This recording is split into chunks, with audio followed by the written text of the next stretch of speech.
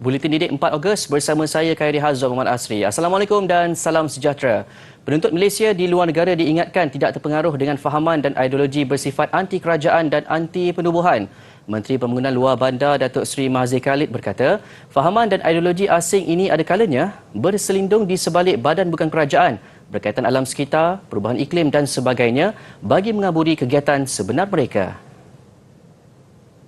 Tak adalah ramai. Dia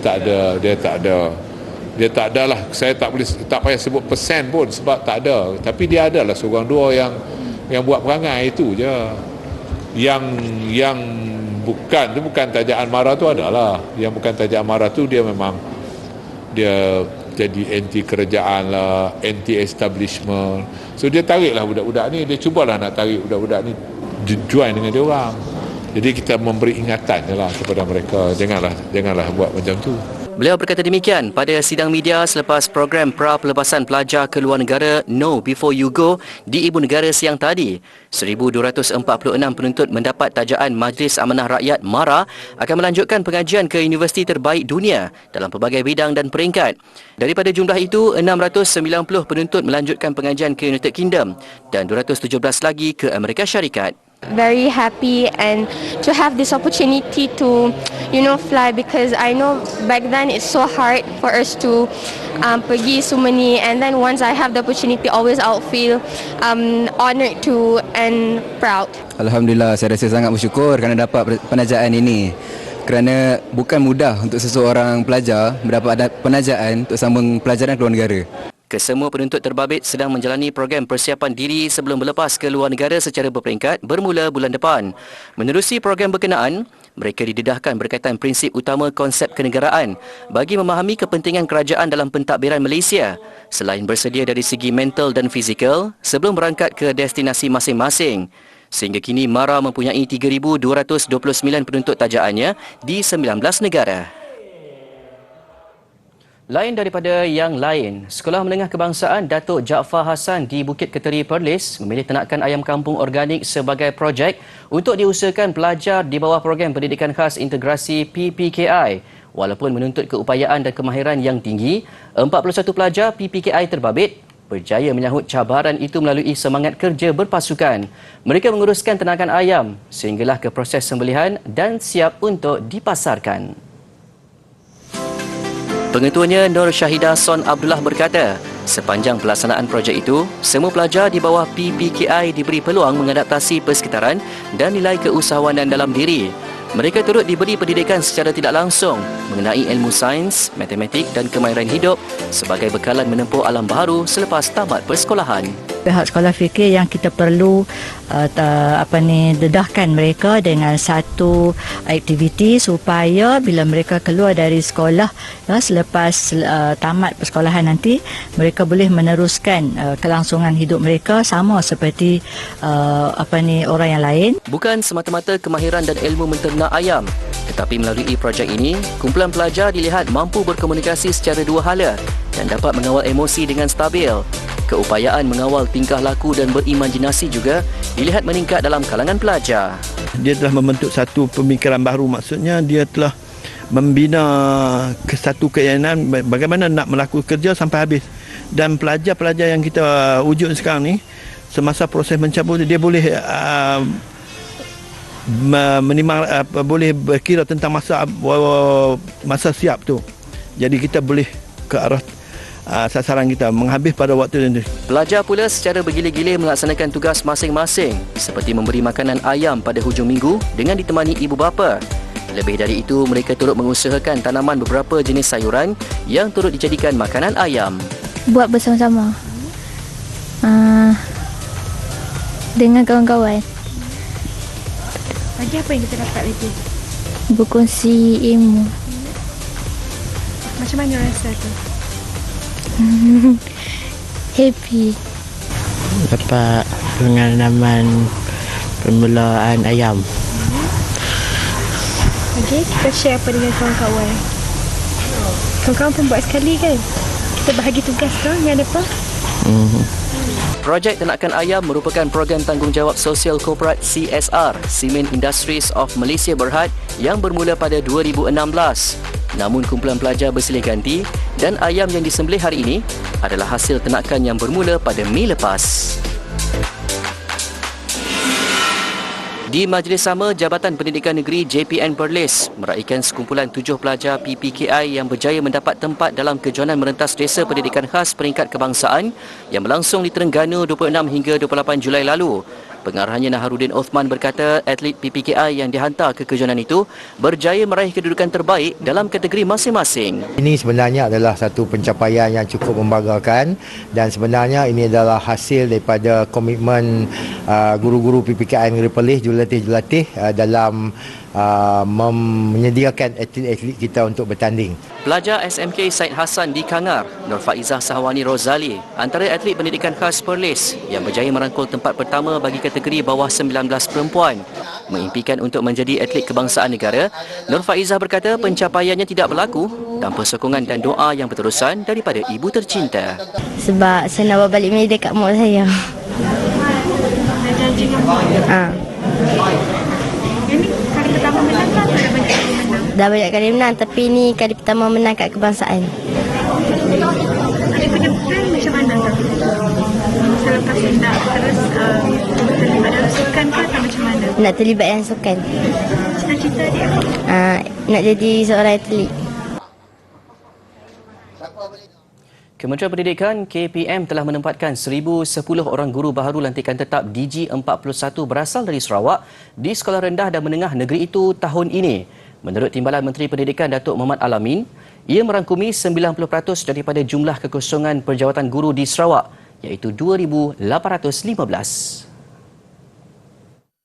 Disebabkan bilangan graduan berasal dari Sarawak yang menepati keperluan option di sekolah bagi negeri tersebut masih belum mencukupi, KPM telah menempatkan seramai 1,603 orang guru yang berasal daripada Semenanjung ke sekolah di Sarawak bagi tempoh yang sama. Beliau berkata demikian menjawab pertanyaan Ahli Parlimen Baram Tuan Anyi Ngau yang meminta penjelasan berhubung status pelaksanaan dasar pengisian 90% jawatan guru khususnya di daerah itu. Selain itu, Datuk Muhammad turut berkongsi jumlah kekosongan perjawatan guru di sekolah rendah dan menengah di daerah Baram adalah 250 setakat 31 Julai lalu. Tambahnya, KPM melaksanakan penempatan guru baharu berdasarkan kekosongan jawatan dan keperluan option di sesebuah negeri dan keutamaan sentiasa diberikan kepada negeri kelahiran guru itu sendiri.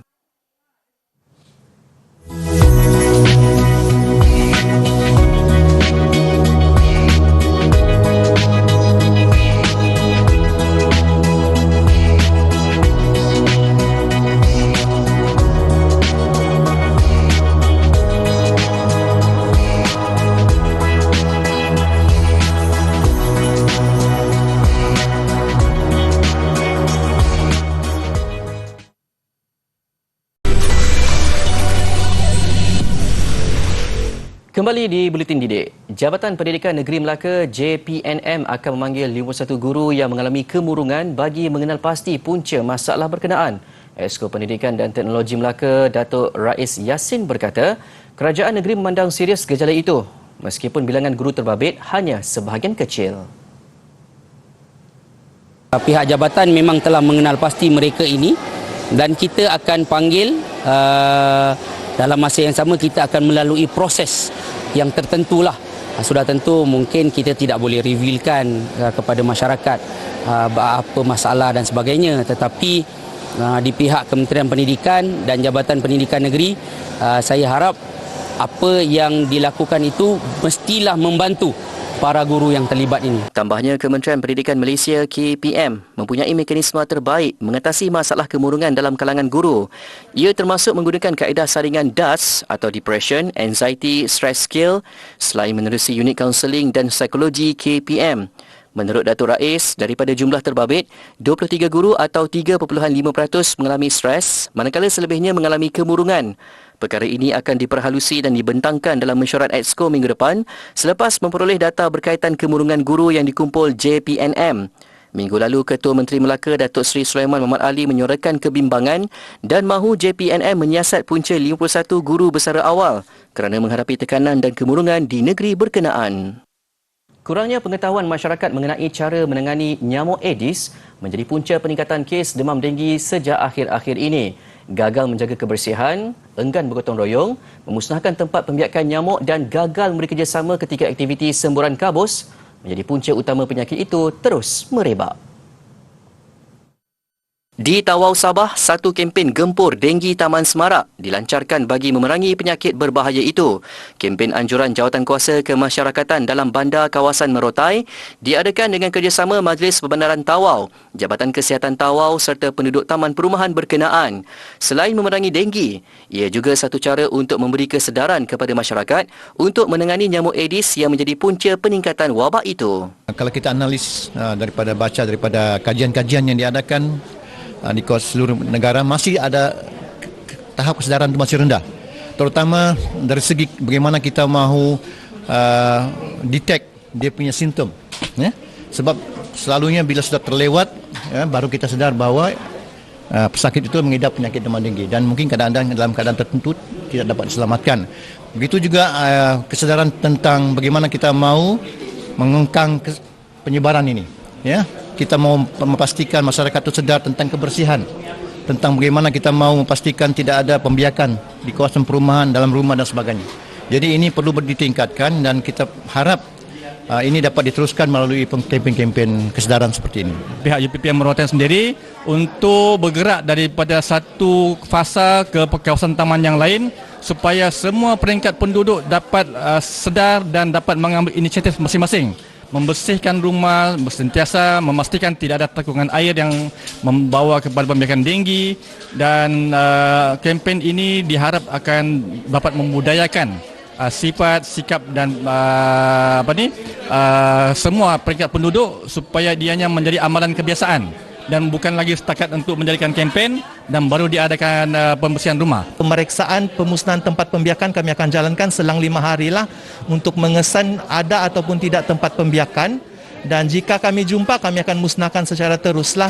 Tapi sebenarnya itu adalah peringkat kami sahaja. Sebenarnya untuk mencegah denggi ini kerjasama daripada penduduk itu sangat penting. Mereka kena mainkan peranan, bukan semata-mata pihak kesihatan. Sehubungan itu, program diharap memberi kesedaran kepada penduduk taman perumahan di kawasan itu yang dikenal pasti sebagai hotspot kes demam denggi.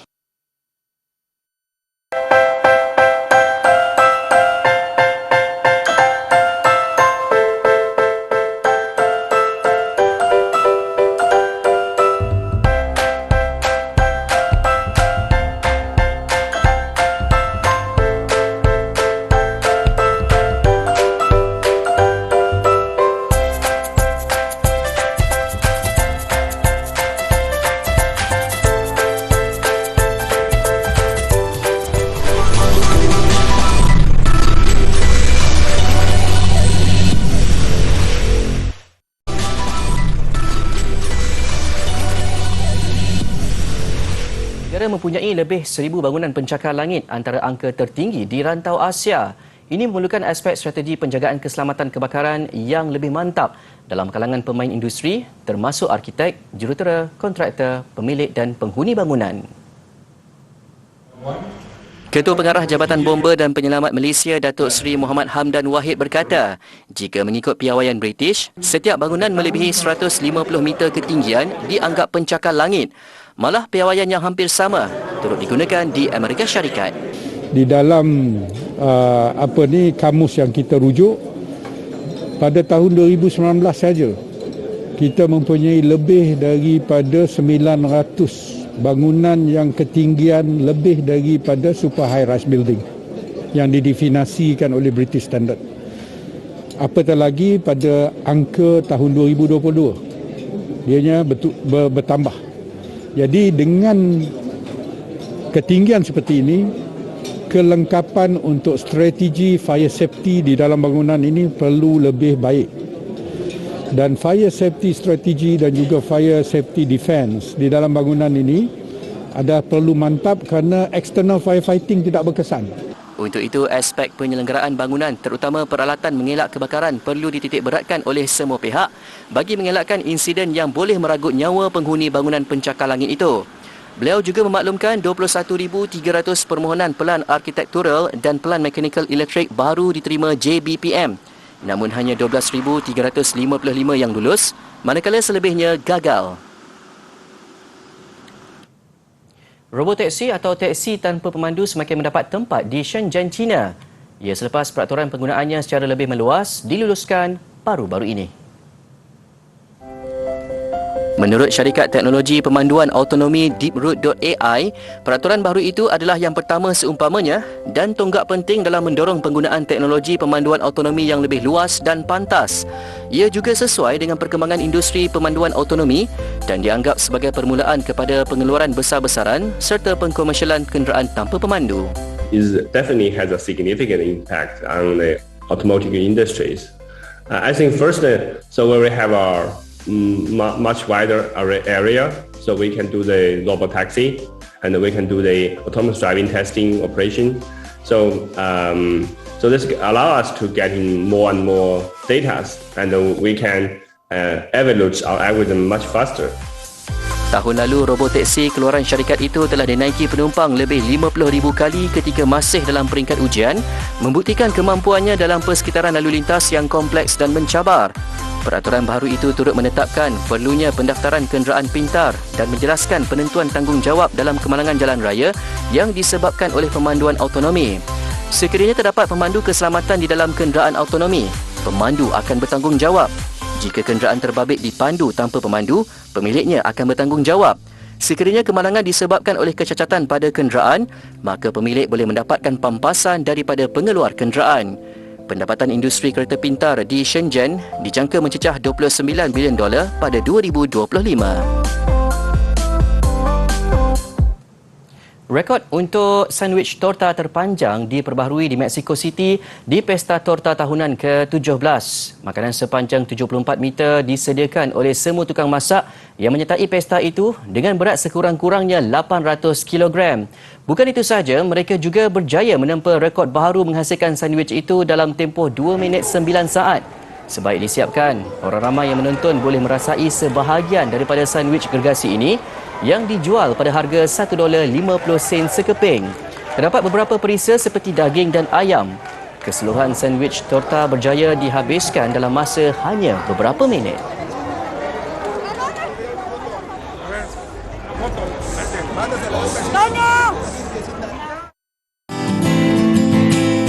Flick service kita perlu menggunakan cara pegangan backhand grip.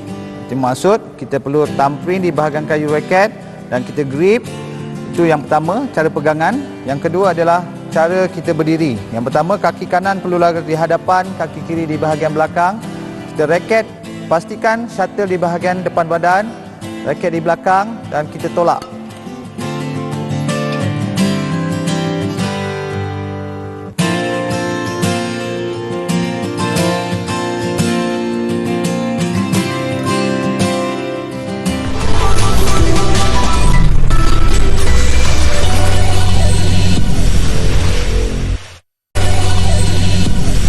Masih di Buletin Didik, Sukan. Kejohanan Olahraga Remaja Dunia 2022 di Cali, Colombia. Hasrat pelari pecut negara Muhammad Azim Fahmi untuk melangkah ke pentas akhir dalam acara 200 meter tidak kesampaian selepas menduduki tempat keempat di separuh akhir. Bagaimanapun, atlet kelahiran Ipoh, Perak ini tetap mencuri tumpuan apabila berjaya memperbaharui rekod bawah 20 tahun kebangsaan di pusingan kelayakan. Selepas berjaya menamatkan aksi final 100 meter di tempat kelima, Azim sekali lagi mencuri tumpuan peminat tempatan apabila memenangi saringan ketiga di pusingan kelayakan dengan catatan 20.83 saat. Apa yang menarik, catatan itu bukan sahaja memperbaharui catatan peribadinya, tetapi ia juga rekod baharu bagi bawah 20 tahun kebangsaan. Layak ke separuh akhir bersama pelari pilihan dari Botswana, Letsile Tebogo di saringan kedua, hasrat Azim untuk melangkah ke pentas final tidak kesampaian selepas menamatkan aksi di tempat keempat dengan catatan 20.97 saat. Nama Azim kini menjadi sebutan apabila berjaya memecahkan rekod kebangsaan dalam acara 100 meter dengan catatan 10.09 saat. Difahamkan atlet berusia 18 tahun yang memperoleh keputusan cemerlang dalam peperiksaan Sijil Pelajaran Malaysia SPM sudah membuat keputusan untuk menjadikan Amerika Syarikat sebagai destinasi pilihan bagi melanjutkan pengajian dan meneruskan kerjaya dalam sukan olahraga. Bola sepak Liga Premier 2022, Johor Darul Takzim JDT2 berjaya membawa pulang satu mata di Stadium Sultan Muhammad ke-4 pada aksi ke-12 Liga selepas mencatat keputusan seri 1-1 menentang Kelantan United FC. JDT2 tidak diberi laluan mudah ketika turun menentang Kelantan United FC di Stadium Sultan Muhammad ke-4. Ketinggalan 0-1 pada babak pertama menerusi jaringan Muhammad Amirul Syafiq Cik Soh, JDT meningkatkan tempo permainan selepas rehat. Hasilnya, gol penyamaan yang dicari pelawat akhirnya menjelma pada masa kecederaan separuh masa kedua apabila pemain pertahanan tuan rumah Evan Wensley tertanduk bola ke gawang sendiri. Keputusan 1-1 kekal sehingga whistle penamat sekaligus menyaksikan kedua-dua pasukan berkongsi satu mata. JDT2 kekal berada di tangga kedua dengan 26 mata sementara Kelantan United FC menghuni tangga kelima dengan 18 mata.